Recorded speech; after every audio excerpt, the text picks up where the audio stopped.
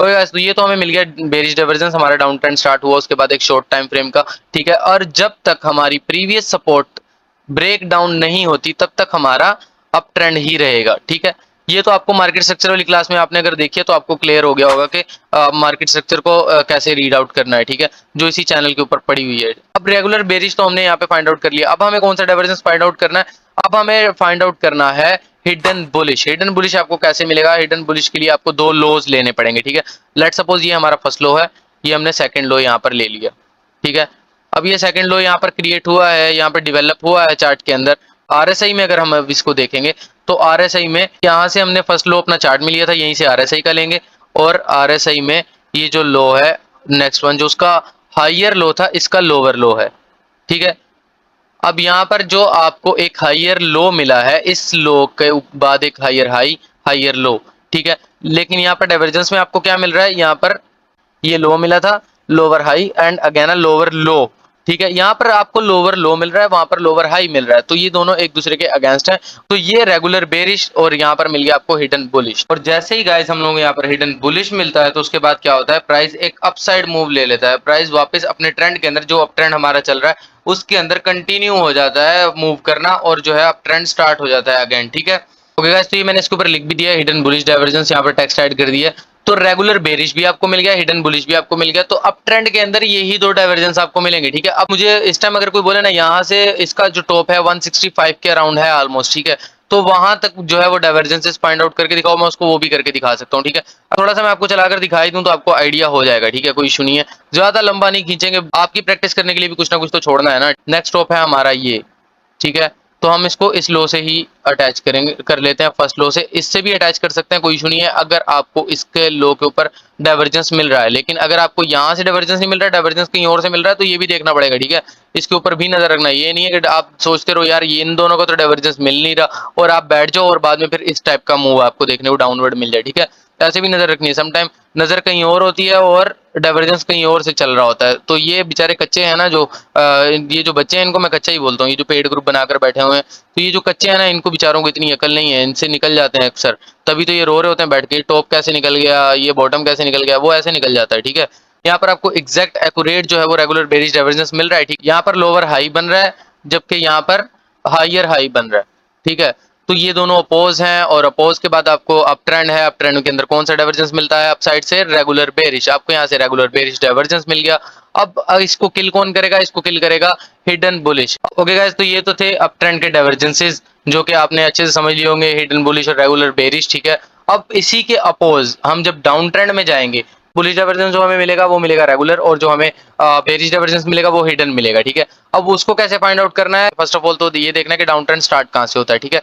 तो down trend हमारा start होता है ब्रेक ऑफ स्ट्रक्चर से। ब्रेक ऑफ स्ट्रक्चर वाली जो क्लास है अगर आप देख लेंगे तो आपको break of structure find out करना आ जाएगा इजीली, और उसके अंदर जो लिक्विडिटी ट्रैप का भी मैंने बहुत अच्छा से समझाया वो भी आप समझ जाएंगे। बाय द वे, अपने टॉपिक की तरफ वापस आते हैं, तो ये हमारा यहाँ पर एक ब्रेक ऑफ स्ट्रक्चर हमें यहाँ पर मिला है, हम लिख के रख लेते हैं अपने डाउन ट्रेंड के डाइवर्जेंसेस का नाम, और फिर उनको फाइंड आउट करते रहेंगे।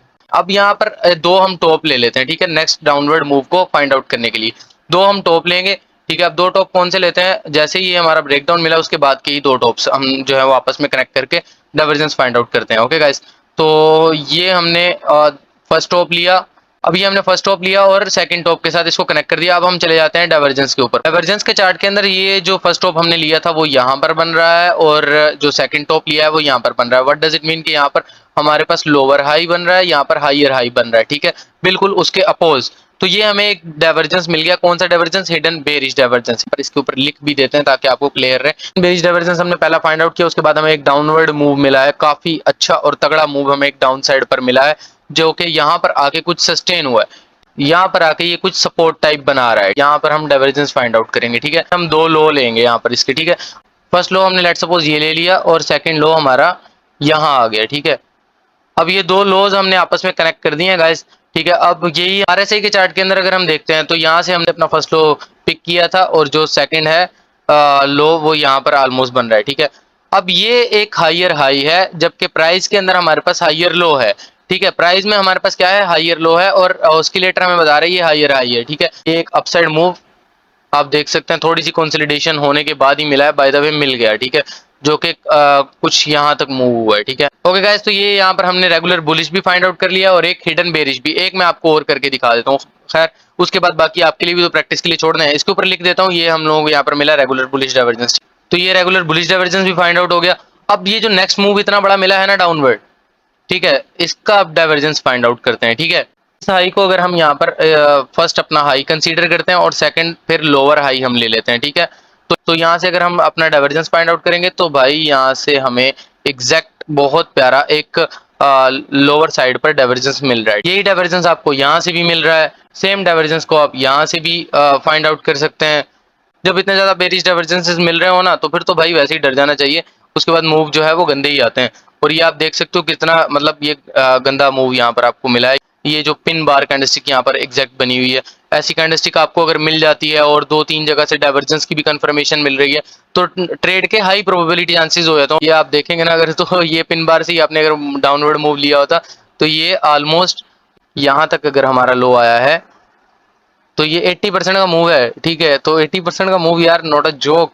इस तरह 2-3 जगह से कंफर्मेशन मिले, इस टाइप की कैंडलस्टिक्स मिले, तो मत मिस करो यार। छोटा मोटा लॉस तो मतलब हो सकता है आपका अगर अगेंस्ट चले जाएगी, लेकिन इतना बड़ा रिवॉर्ड आपको मिल सकता है, मार्केट दे सकती है, तो फिर डर किस बात का यार। रिस्क तो लेना पड़ेगा अगर मार्केट में रहना है, ठीक है, तो ले लिया करो, कोई इशू नहीं है, लेकिन अपने पीएफ को मैनेज करते हुए। गाइस, ये डाइवर्जेंस भी आपको समझ आ गए होंगे, होप सो मैंने आप लोगों को बहुत क्लियरली बता दिया। अब जो नेक्स्ट पूरा मूव है ये भी आप फाइंड आउट कर सकते हैं डाइवर्जेंसेस के साथ। और जो अप ट्रेंड का मैंने आपके लिए छोड़ा है कि यार ये मैं नहीं कर रहा, आपने करना है, तो आप वो भी कर सकते हैं, ठीक है। अपनी प्रैक्टिस वगैरह करें, स्कैल्पिंग की जो स्ट्रेटजी मैंने आपको बताई है उसके ऊपर प्रैक्टिस करें, ठीक है। तो मैं अपनी स्क्रीन को गाइस अभी ये ऑफ करता हूँ।